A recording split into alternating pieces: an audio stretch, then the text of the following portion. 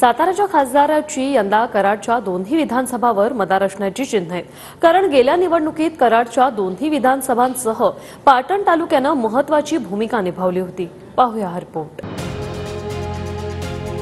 उदयनराजेंची उमेदवारी जाहीर झाली नसली तरी साताऱ्यात त्यांनी प्रचार सुरू केलाय।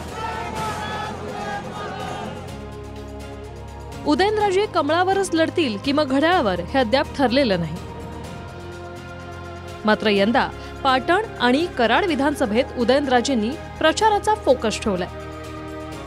खास करून कराडमधील मतं सातारच्या लोकसभेसाठी निर्णायक ठरत आली आहेत।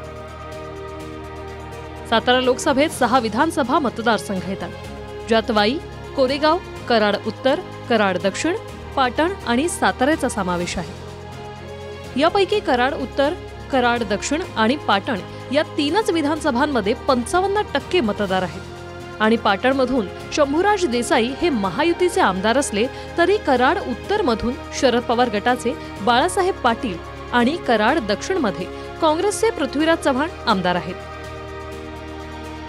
2019 मध्ये उदयनराजेंच्या पराभवात या तिन्ही मतदारसंघांची मतं महत्त्वाची ठरली होती। 2019च्या सार्वत्रिक निवडणुकीत राष्ट्रवादीकडून उदयनराजे विरुद्ध शिवसेनेच्या नरेंद्र पाटलांमध्ये लढत झाली।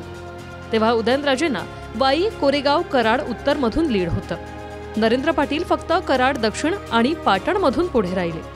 पण नंतर उदयनराजे भाजपात गेल्यानं पोटनिवडणूक लागली। राष्ट्रवादीकडून श्रीनिवास पाटील आणि भाजपच्या उदयनराजेंमध्ये सामना झाला। त्यावेळी मात्र वाई, कराड उत्तर, कराड दक्षिण आणि पाटणमध्ये राष्ट्रवादीचे श्रीनिवास पाटील पुढे राहिले आणि उदयनराजेंना फक्त कोरेगाव आणि साताऱ्यात लीड मिळालं। पोटनिवडणुकीत उदयनराजेंना कोरेगावात 5685 आणि साताऱ्यातून 46,034 मतांचं लीड होतं। दोन्ही मतदारसंघातून उदयनराजेंना 51,719 मतांचं मताधिक्य मिळालं।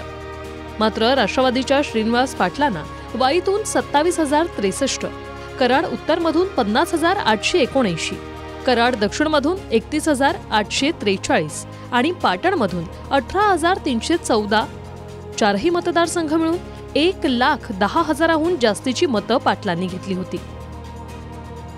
दिनकर थोरासह संतोष नलावडे, TV9 मराठी, सातारा।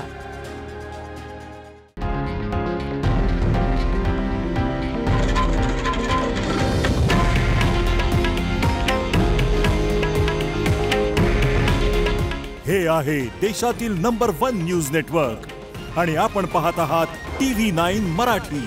काळजी तुमची, हित महाराष्ट्राचं।